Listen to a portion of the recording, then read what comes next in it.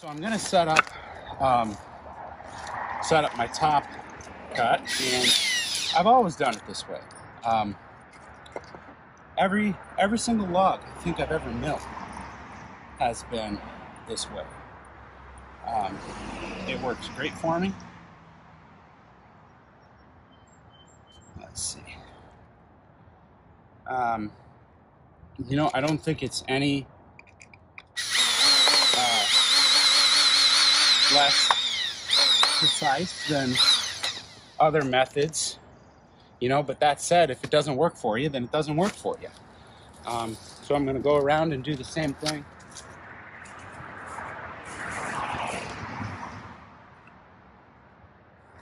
Now, the only real issue that I have with the setup currently is that I'm using Phillips head screws.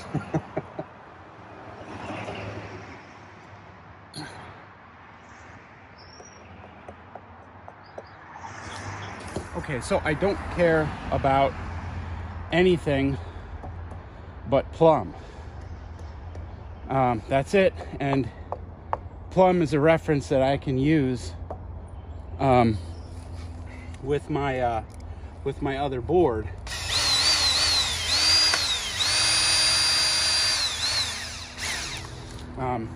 See how nice and plumb we are there. There's a big hole right behind me. Okay, then we'll go over here, and we're gonna tap it a little bit. And you know, there are times when I just look at the board and I just send it.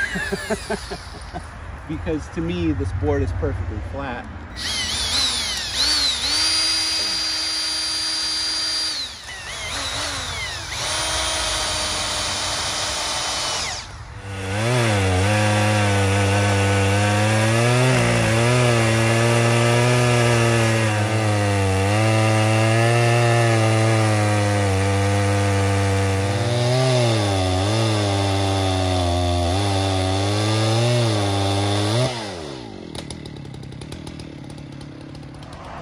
Well, okay.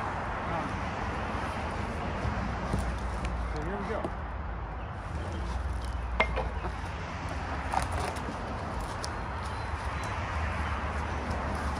All right, let me get an idea for what we cut. 3 slabs there.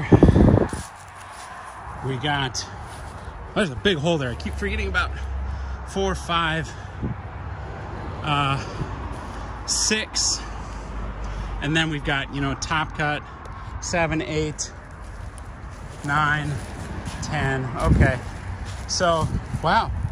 Yeah, I tell you what, how many cuts would that have been? That would have, well, 1, 2, 3, 4, 5, 6, and then 7, 8.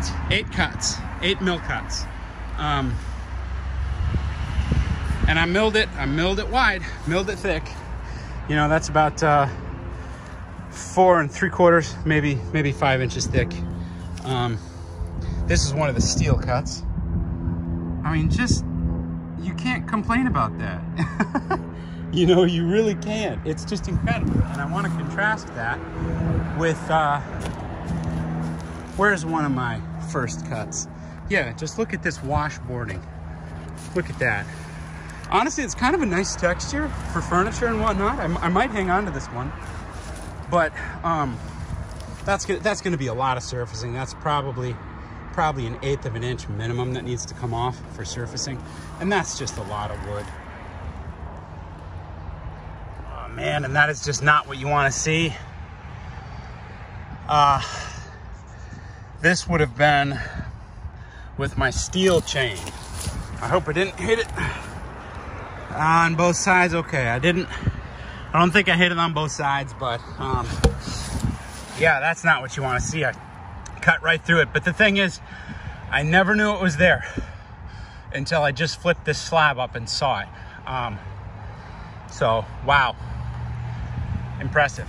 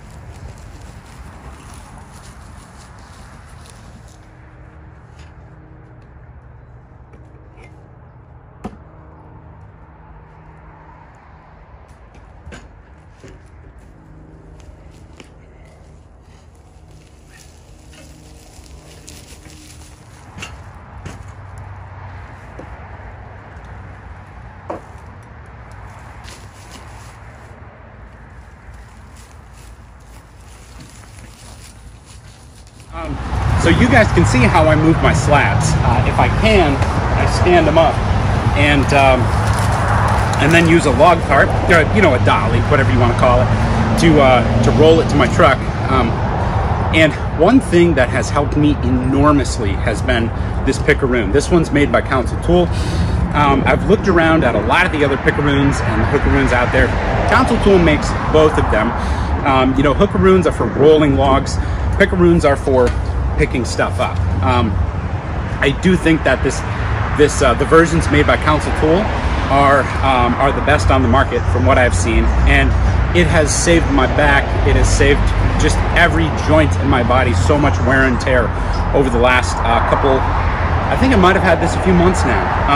I mean, it's just instead of having to, you know, say get this here, and then I gotta, you know, reach all the way over, and I've got really long arms, so I could do it with this one. I just, I stick it there, and I grab it. I don't have to bend. If somebody has, you know, maybe some mobility restrictions or some old injuries, or maybe they're just getting up there in years, this thing, I mean, I think it'll keep you in the woods is really what it'll do. So I just wanted to, again, highlight how amazing this is. The power that this has, you'd never guess it. You can stick this in the end of a log and drag it. That's how just well designed it is, well made it is. But like I said, it's saved my back time and time again. So I highly recommend this. If you're on the fence about it, I'd say pull the trigger. This is a phenomenal tool. This is going to be the way.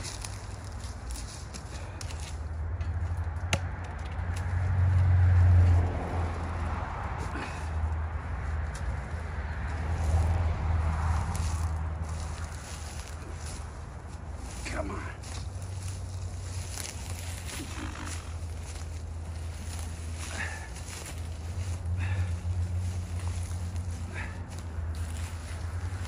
Well, that last log was a big one. Those pine needles are so slippery.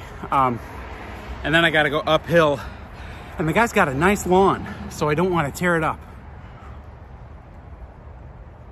So I'm gonna take a break here, get some fluids, and then get back to it. I cut the log short enough, so I'm gonna be able to get it into the back of my truck and then orient it so it's, you know, perpendicular to the bed. It'll fit just kind of nicely in there, and hopefully I'll be able to close the tailgate. That's gonna be the real thing.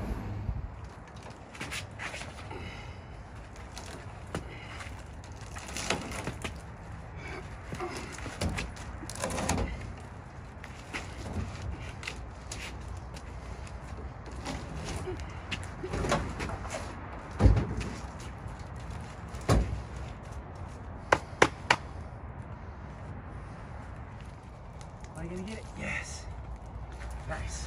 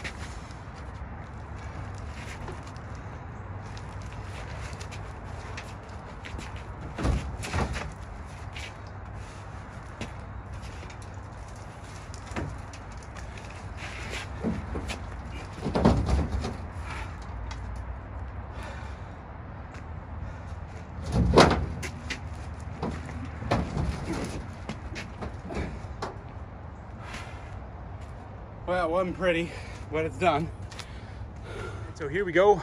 I did make it back in one piece. I'm really excited about this sugar maple. This is actually the first time that I've cut sugar maple. And check this out, how hard that is. I got this other piece too. There was a bunch of metal in the top end, and so I did cut it a little bit short. But we've got back here 1, 2, 3, 4, 5, 6 big pine slabs. I'm gonna turn these ones here into table legs, so I'll just rip them down the line, probably, you know, dimensionally, whatever the thickness is, the width too, so they're square. But yeah, lots going on here. This though, this is going to be butcher blocks. I'm gonna cut this. I'm gonna mill it. I think probably 8/4 at least, maybe 10/4. And this is gonna be butcher block.